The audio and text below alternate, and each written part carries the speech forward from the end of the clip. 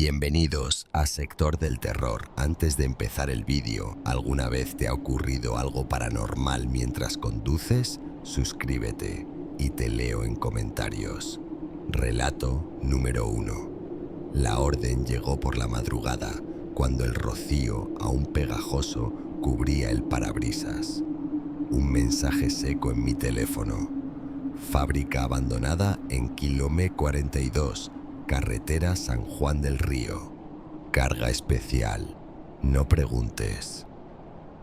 El lugar olía a óxido y cemento agrietado. La cerca de alambre lucía un candado nuevo, brillante bajo la luna. El supervisor, una silueta alta bajo un capuchón negro, señaló sin hablar hacia el remolque ya enganchado. Una caja metálica de 3 metros, sellada con cadenas y algo más. Una sustancia negra y espesa entre los remaches, como brea seca. «Firma aquí», dijo el tipo, empujando un clipboard con un contrato donde mi nombre ya aparecía escrito. El primer síntoma fue el frío. A los 20 minutos de ruta, el termómetro de la cabina marcaba 5 degrees y bajando, mi aliento salía en nubes espesas. El reloj de pulsera se detuvo a las 3:17 am, justo cuando pasábamos por el pueblo fantasma de La Esperanza. Los perros corrieron junto al camión, aullando como si llevara el mismísimo diablo en la caja. Entonces comenzaron los golpes. Clang, clang, clang, desde dentro del remolque, rítmicos, persistentes. Apagué la radio para asegurarme. En el silencio que siguió, algo más emergió. Marrió, mi nombre, arrastrado como por una garganta llena de agujas. Los faros del camión parpadearon una vez y supe con certeza visceral que lo que llevaba no era una carga, era una invitación. El almacén de Veracruz brillaba bajo un sol que no calentaba. Firmé los papeles con manos entumecidas mientras los trabajadores abrían el remolque. Sus murmuros de confusión me hicieron voltear. «Está vacío», dijo el jefe de muelles, arrugando el recibo entre sus dedos. Corrí hacia atrás, el corazón golpeándome las costillas. Donde la caja debería estar, solo quedaban marcas en el piso del remolque, como si algo pesado y angular hubiera sido arrastrado hacia afuera o hacia adentro. Exigí ver las cámaras de seguridad. La grabación mostraba mi viaje en tiempo acelerado. Carretera, curvas, paradas para combustible. El remolque permaneció cerrado todo el trayecto, hasta que en el minuto 47:12 la pantalla se llenó de estática. Cuando la imagen regresó, la caja había desaparecido. «Error del sistema», masculló el guardia, pero sus ojos no me miraron. Al regresar a mi camión, noté los cambios. Los espejos laterales, ahora agrietados en patrones de telaraña. La radio encendida, escupiendo estática que formaba palabras en algo que casi parecía latín. Las letras empañadas en el parabrisas, «Ya estás dentro», escritas desde adentro del cristal. El motor rugió solo cuando pisé el acelerador. El GPS mostraba rutas que no coincidían con ningún mapa. Caminos que serpenteaban hacia zonas marcadas solo con coordenadas numéricas. Esa noche, en un motel de carretera, soñé con la caja. Estaba abierta. Y dentro, sentado en posición fetal, yo levantaba la cabeza para susurrar. No era la carga, Mario, era el vehículo. Desperté con un sabor a hierro en la boca. El espejo del baño mostraba algo escrito en el vaho de mi propio aliento. «Próxima parada, tú». Relato número 2. La carretera entre Durango y Chihuahua es un desierto de asfalto bajo la luna. Conozco cada curva, cada bache, cada tramo, donde el viento silba entre los cactus como un alma en pena, pero hay un lugar que siempre me eriza la piel, el kilómetro 83, donde un letrero oxidado se inclina hacia la muerte. Paso del muerto, reza en letras descascaradas. Fue allí donde lo vi, un niño, pálido como la luna, inmóvil como los muertos. No levantó la mano para pedir ayuda, no hizo ningún gesto, solo estaba ahí, plantado junto al camino, con sus ojos demasiado oscuros, demasiado vacíos, fijos en mí. Pasé a su lado y el mundo cambió. El aire dentro de la cabina se volvió gélido. Mis alientos se convirtieron en nubes espesas. El parabrisas se empañó desde dentro, como si alguien hubiera exhalado sobre el cristal. El motor gruñó bajo el capó, como si de pronto el tráiler pesara el doble. Entonces el GPS se reinició con un pitido agónico. La pantalla parpadeó en rojo sangre. 2 pasajeros a bordo. Solo uno está vivo. Detuve el camión con un chirrido de llantas. El desierto me recibió con un silencio absoluto. Revisé cada centímetro del tráiler, las cajas, los rincones. Nada. Al regresar a la cabina, las huellas estaban ahí, pequeñas, de barro seco, sobre mi asiento, como si un niño se hubiera sentado a esperarme. El camión ya no era mío. Las luces titilaban como ojos parpadeantes. La radio sintonizaba voces entre la estática, susurros en un idioma que hacía sangrar mis oídos. Y cada vez que miraba el retrovisor, él estaba ahí, sentado en el asiento del copiloto, el niño. Pero cuando volteaba, solo quedaba el vacío y un olor a tierra mojada. El GPS no mentía. Destino: Paso del Muerto. Hora estimada de llegada: 3:33 AM.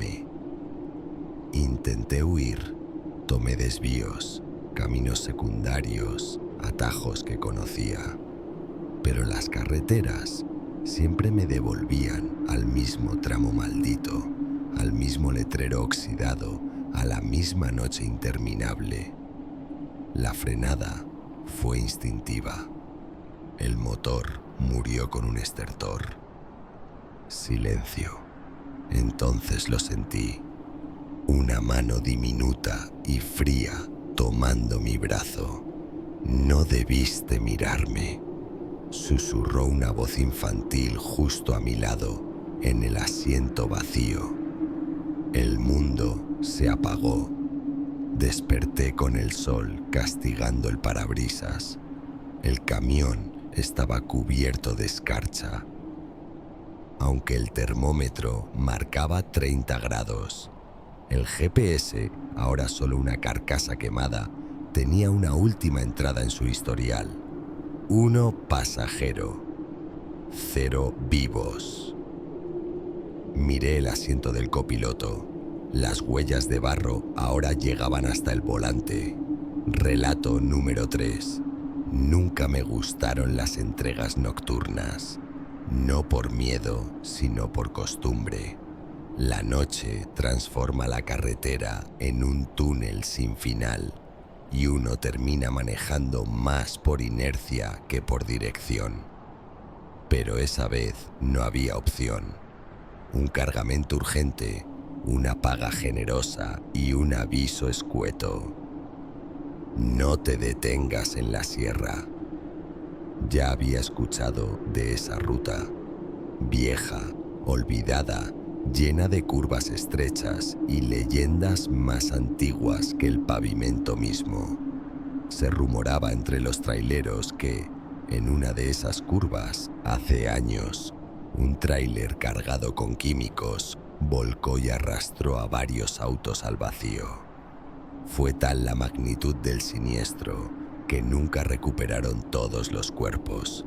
Desde entonces, los zopilotes rondaban el lugar, como si aún quedara carne por encontrar.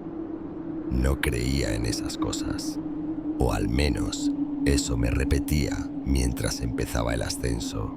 La carretera era un hilo de asfalto en medio de montañas afiladas.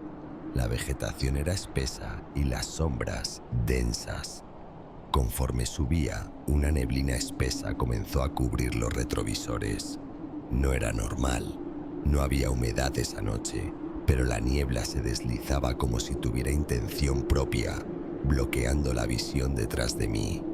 Encendí las luces altas, pero no sirvieron de nada.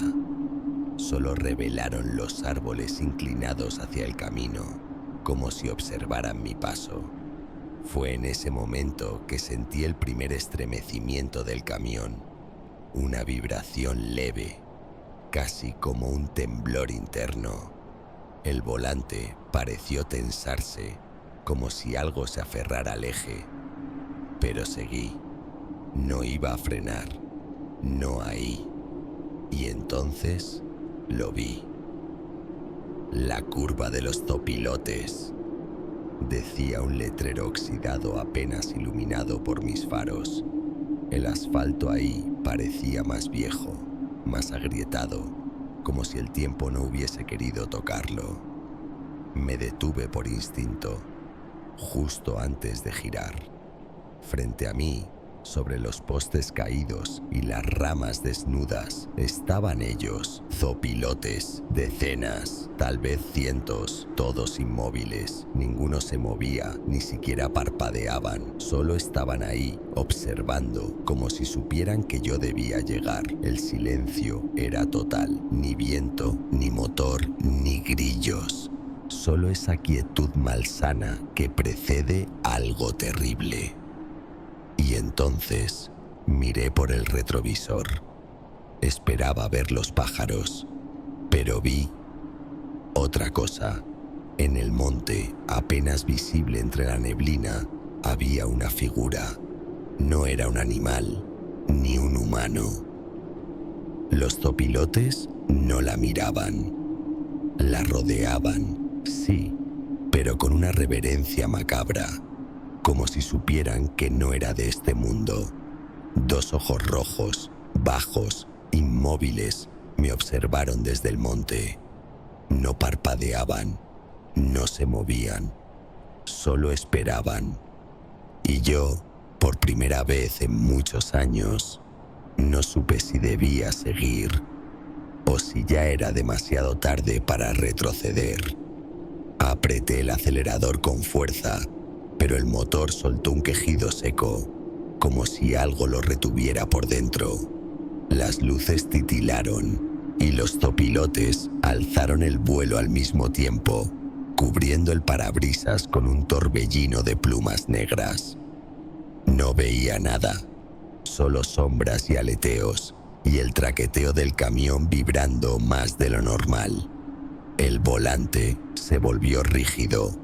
La cabina bajó de temperatura tan rápido que mi aliento empañó el vidrio en segundos, y en medio del empañado apareció una palabra escrita desde dentro. Ya viene. La figura del monte ya no estaba donde la vi, pero algo bajaba, no caminaba, se arrastraba. La niebla temblaba a su paso. Lo vi solo por un segundo en el retrovisor. Un cuerpo deforme, cubierto de plumas y piel seca, arrastrando un rostro deshecho que mutaba sin orden, como si robara los rostros de los muertos. Intenté dar vuelta, pero el camino ya no obedecía. El GPS marcaba curvas donde no había. Las señales desaparecieron. Todo era niebla, oscuridad, silencio. Y entonces el susurro pegado a mi oído, helado, otro más, para el barranco. Frené en seco. El camión patinó. Sentí el vacío debajo. Grité, pero no escuché mi voz. Lo último que recuerdo fue el olor a tierra húmeda y los ojos, siempre los ojos. Horas después, otro trailero reportó por radio una interferencia. No era el camino, era lo que lo cuida. Después, solo estática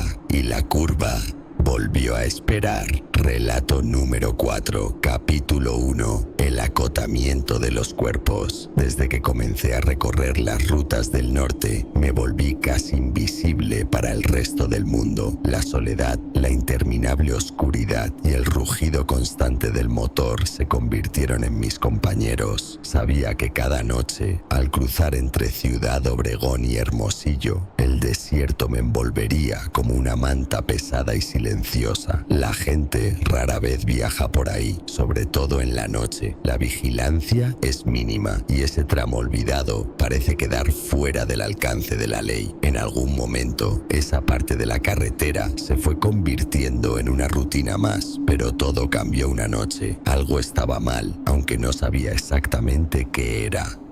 Era una de esas noches sin luna.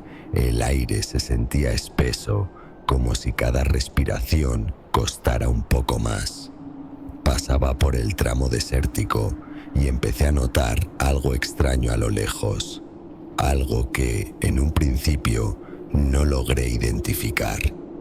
Unas sombras, como siluetas humanas, caminaban por el acotamiento junto al camino. En el primer momento pensé que eran campesinos o algún otro viajero extraviado, pero a medida que me fui acercando, vi que no se movían como personas. Su paso era lento, como si estuvieran arrastrándose. El corazón me dio un salto cuando me di cuenta de que sus cuerpos estaban empapados. No había llovido esa noche, y aún así, los cuerpos, todos ellos, estaban cubiertos en una capa gruesa de agua, como si hubieran salido del drenaje. Lo peor no era el agua que los cubría, ni su caminar errático. Lo peor era que no tenían ojos. Sus rostros estaban hinchados, verdes, putrefactos. Podía ver la piel desfigurada, casi a punto de desprenderse de sus huesos. Algunos de ellos se detenían y levantaban la mano, como si pidieran un aventón. Otros caminaban lentamente, la cabeza ladeada, como si me estuvieran observando, pero en un sentido que no comprendía, porque sus ojos, o la falta de ellos, no lo permitían. Pasé por el tramo varias veces más esa semana, pero las figuras nunca desaparecieron. De hecho, las vi más cerca de la carretera. En algunas noches los veía a lo lejos, parados en grupo. Otras veces ya estaban justo al borde de mi puerta, tan cerca que creía escuchar sus respiraciones agónicas, aunque no parecían respirar en absoluto. Me repetía a mí mismo que todo era producto del cansancio, que la fatiga me estaba jugando trucos, pero cuando una noche uno de esos seres intentó subirse a la cabina, la ansiedad se apoderó de mí. Fue en una de esas noches en las que sentí algo en el aire, como si el camión estuviera vibrando por dentro, como si el mismo camino estuviera vibrando conmigo. Miré hacia el acotamiento y ahí estaba, uno de esos cuerpos, arrastrándose de nuevo hacia el camión. Esta vez no me quedó duda. El ser se acercó al remolque y extendió la mano hacia la puerta. No podía reaccionar. Los ojos vacíos de esa criatura parecían invadir mi mente, y en ese instante supe que algo mucho más oscuro que mi miedo estaba tomando forma. El cuerpo se acercó más, tan cerca que sentí el vaho pesado del agua podrida en la piel de esa cosa, el contacto frío de su mano sobre el vidrio. Mi corazón latía más rápido que el motor del tráiler, pero lo peor fue cuando la cosa empezó a girar la cabeza, lentamente, como si tratara de ver el interior de la cabina a través de la ventanilla. Fue entonces cuando el horror me alcanzó por completo. El momento se detuvo en el aire y una ráfaga de viento seco irrumpió en la cabina, como si algo o alguien estuviera esperando a que yo hiciera el siguiente movimiento. El remolque volvió a vibrar, como si respondiera a la presencia que había al lado. Sabía que debía seguir mi camino, pero algo dentro de mí me decía que no estaba solo en esa carretera, ni en esa vida. Y así entre la niebla y el desierto, tomé una curva y la sensación de que me observaban nunca desapareció. La siguiente noche instalé una dashcam en el camión. No sabía qué quería probar con eso, ni siquiera qué esperaba encontrar. Tal vez esperaba que la cámara mostrara lo que mi mente parecía inventar. Tal vez esperaba ver que todo fuera una alucinación. Pero cuando reproduje la grabación más tarde, la carretera estaba vacía. No había nada.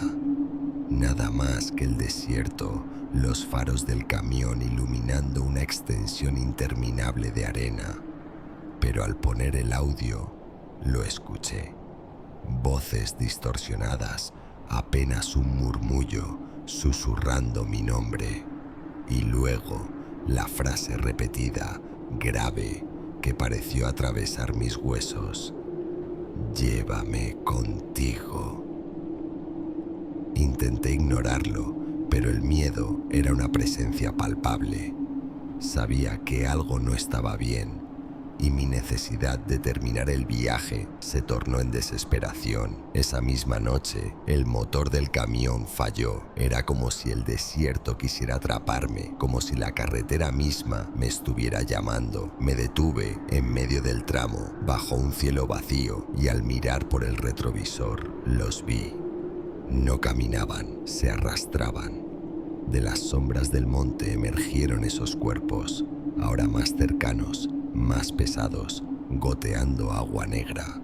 Sus movimientos eran lentos, como si las sombras mismas estuvieran tomando forma. Uno de ellos se acercó. Su mano, cubierta de barro y agua, tocó la puerta. La chapa se oxidó en un instante. El aire se volvió denso, irrespirable. Un hedor insoportable me envolvió, y el GPS de repente mostró algo extraño. Pasajero 1, destino norte.